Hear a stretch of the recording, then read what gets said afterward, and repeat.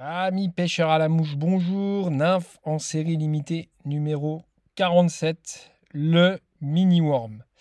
Alors toujours pareil, minimal, optimal. Ça c'est très nymphe évolution, mais ça fait des carnages comme nymphe. C'est très intéressant. C'est un peu en opposition au squirmy qui marche très bien.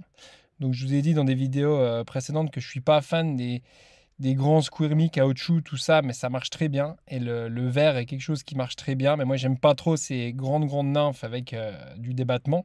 Je suis plus dans la petite nymphe compacte, efficace. Et les mini worms comme ça, bien gaulés, avec cette fibre holographique, avec des milliers de petits reflets holographiques.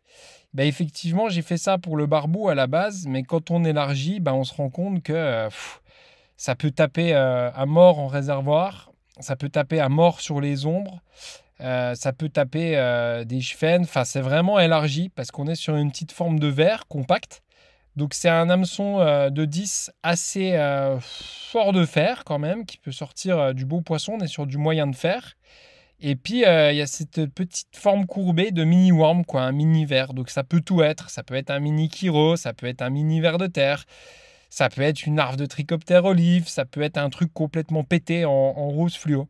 Donc voilà, moi ce que j'aime bien sur cette nymphe, c'est que je le fais pour les pêches légères au barbeau. Donc comme en fait il n'y a que de la fibre dessus, bah, c'est assez léger et c'est une nymphe qui freine beaucoup avec les milliers de micro-poils dessus comme vous voyez.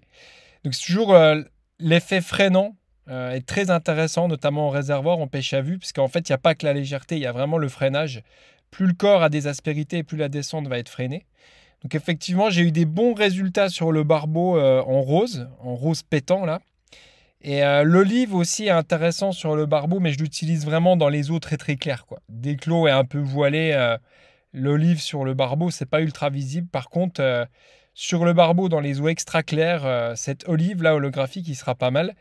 Et puis je vous dis, je vais faire tester ça en réservoir par mon équipe secrète, mais je pense que le mini worm olive là en réservoir, il est un peu sous-coté, ça peut donner quelque chose.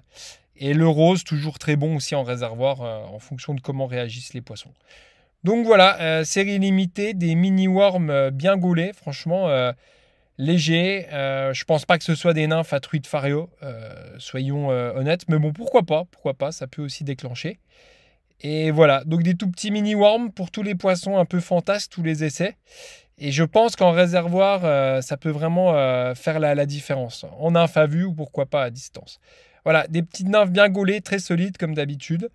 Je retourne à l'étau. Tous les streamers sont aussi en stock avec les trois couleurs. Gris, olive, noir, les streams à bout.